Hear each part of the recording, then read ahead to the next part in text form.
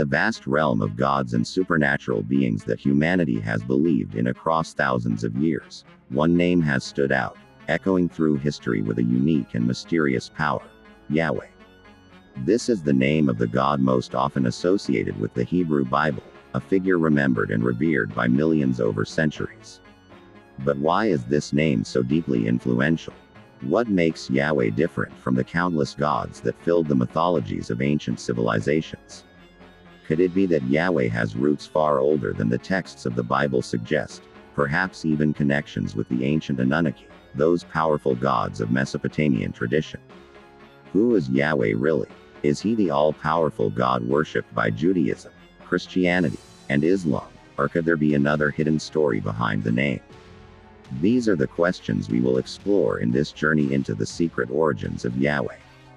The holy books of the Abrahamic faiths describe a God who appears to rule over the grand stage of the universe. This God is not just a local deity but the supreme creator of everything: the stars, the skies, the seas, the plants, the animals, and humanity itself.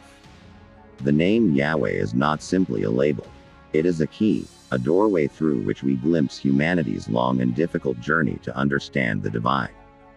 This name shaped civilizations, guided traditions, and influenced the spiritual direction of entire nations. To investigate Yahweh is not merely to study theology, it is to embark on a journey into human culture itself, peeling back the layers of myth and belief to find the core of how we imagine God and the universe. Our journey takes us back to the ancient Near East, the cradle of civilization, where the earliest references to Yahweh appear.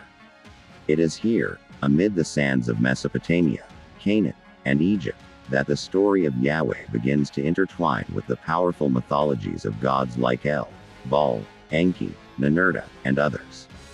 And it is here that the mysterious figures of the Anunnaki appear, those ancient gods of Sumer, Akkad, and Babylon who were believed to shape the world, rule the skies, and even fashion humanity from clay. Could Yahweh be one of them? Or was Yahweh something altogether different, a god that even the Anunnaki themselves revered? The possibility opens an entirely new dimension to the mystery. One of the earliest references to Yahweh comes not from the Bible but from the Moabite Stone, or Mesha stele, carved around 840 BCE.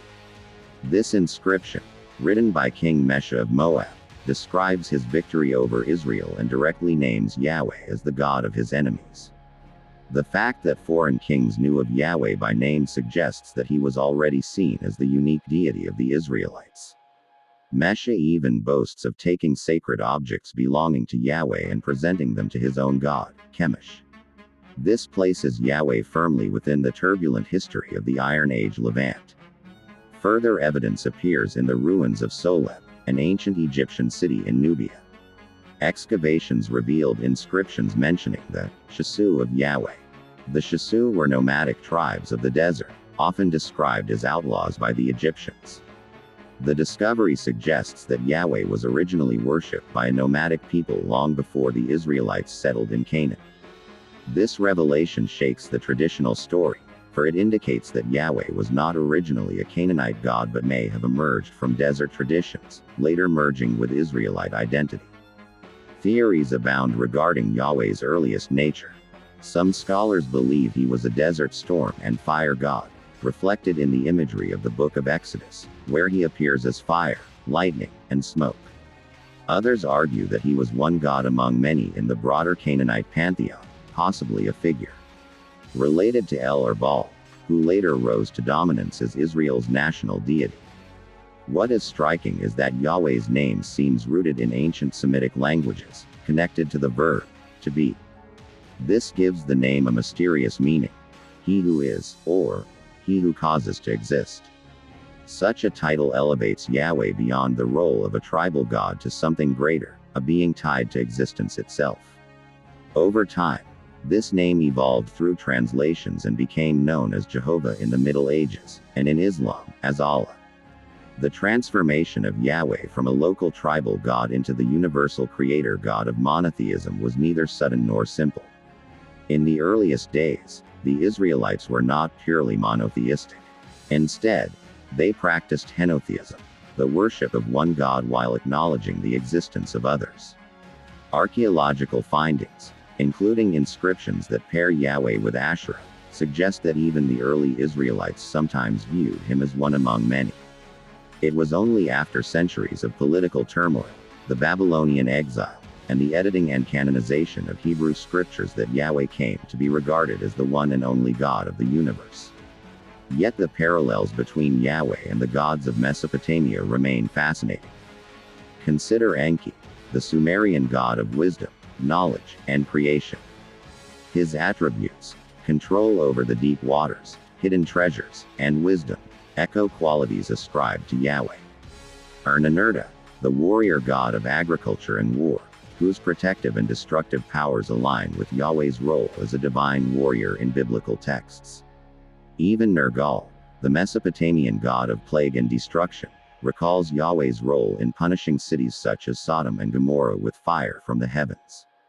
These similarities have led some researchers and ancient astronaut theorists to wonder whether Yahweh was in fact one of the Anunnaki under another name, or whether Yahweh was a being greater than the Anunnaki themselves. The destruction of Sodom and Gomorrah highlights this mystery.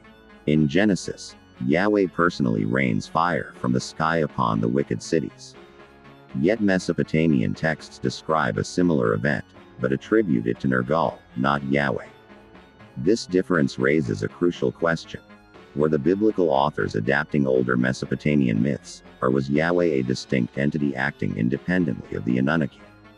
Zecharia Sitchin, in his controversial writings, proposed that Yahweh was not an Anunnaki at all, but rather a higher divine presence that even the Anunnaki acknowledge. If true, then Yahweh may represent not just another ancient god, but the concept of divinity that transcended even the great sky gods of Mesopotamia. So who is Yahweh really? From one perspective, he was once a desert god of nomadic tribes, who through centuries of cultural transformation became the supreme god of Israel and later of Christianity and Islam.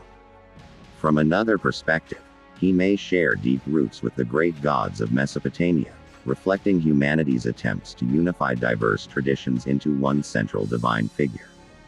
From yet another angle, the ancient alien theory, Yahweh may not have been a tribal deity at all but rather a being beyond the Anunnaki, a higher intelligence that guided them just as they guided humanity. The truth may be that Yahweh's story reflects the evolution of human consciousness. As societies changed, so too did their gods. Yahweh transformed from a fiery tribal protector into a universal God of creation, judgment, and mercy. His rise mirrors humanity's own journey, from scattered tribes worshipping many gods to civilizations seeking unity under one supreme power. Whether Yahweh was originally one of the Anunnaki, or whether he was something far beyond them, what cannot be denied is his lasting impact.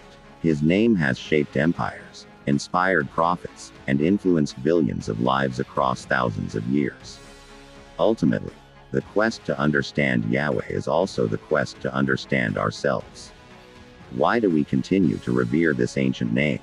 Why do we search for God among the ruins of history, the stars of the cosmos, and the depths of our own hearts? Perhaps it is because Yahweh represents not only a deity of the past but also a mirror of our inner longing for meaning, order, and connection with the infinite. Whether viewed as the God of Abraham, a transformed Anunnaki, or a higher power beyond comprehension, Yahweh's story invites us into the greater mystery of existence itself. And so the secret origins of Yahweh remind us that the search for God is also the search for who we truly are.